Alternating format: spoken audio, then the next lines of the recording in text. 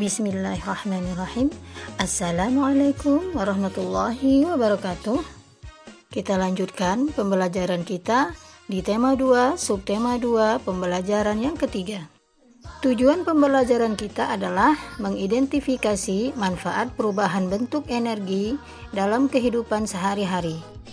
Menyajikan laporan hasil pengamatan tentang perubahan bentuk energi dengan sistematis. Dilanjutkan dengan menyajikan teks petunjuk tertulis tentang cara aman menggunakan listrik dengan sistematis. Energi selalu dibutuhkan dalam kehidupan sehari-hari. Energi yang paling sering kita temui adalah energi listrik. Banyak barang-barang di rumah yang memanfaatkan energi listrik seperti televisi, radio, mesin cuci, setrika, dan masih banyak yang lainnya. Akan tetapi, kita harus berhati-hati ketika menggunakan energi listrik. Penggunaan energi listrik dengan tidak hati-hati dapat membahayakan diri.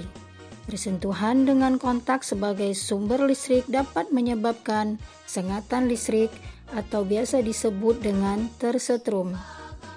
Tersetrum dapat menyebabkan luka bakar yang sangat berbahaya bagi tubuh kita.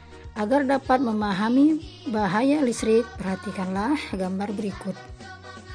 Gambar tersebut menunjukkan kegiatan bermain yang sedang dilakukan beberapa anak dan orang tua yang menemani anaknya bermain.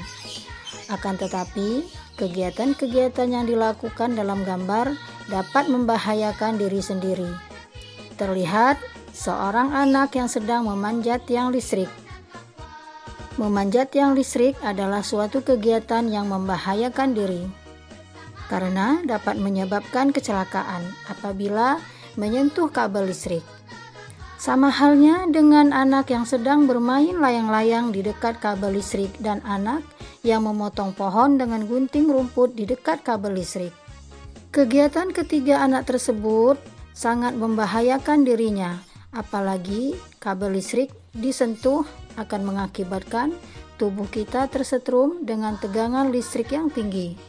Selain anak yang melakukan kegiatan di sekitar kabel listrik, pada gambar terlihat seorang ayah yang ingin mendengarkan radio listrik saat menemani anaknya berenang.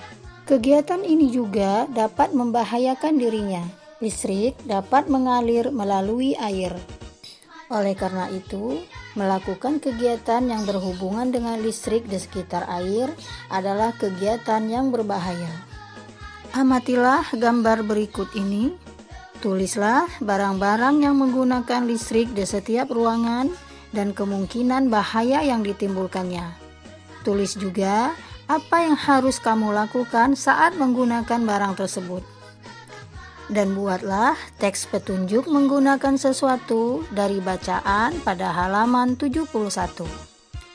Petunjuk adalah ketentuan yang memberikan arah atau bimbingan bagaimana sesuatu harus dilakukan. Berikut adalah hal-hal yang perlu diperhatikan dalam membuat teks petunjuk. 1. Tuliskan petunjuk melakukan sesuatu secara urut sesuai urutan yang harus dilakukan. Apabila perlu dengan penomoran. 2. Tuliskan petunjuk secara rinci dengan detail. 3.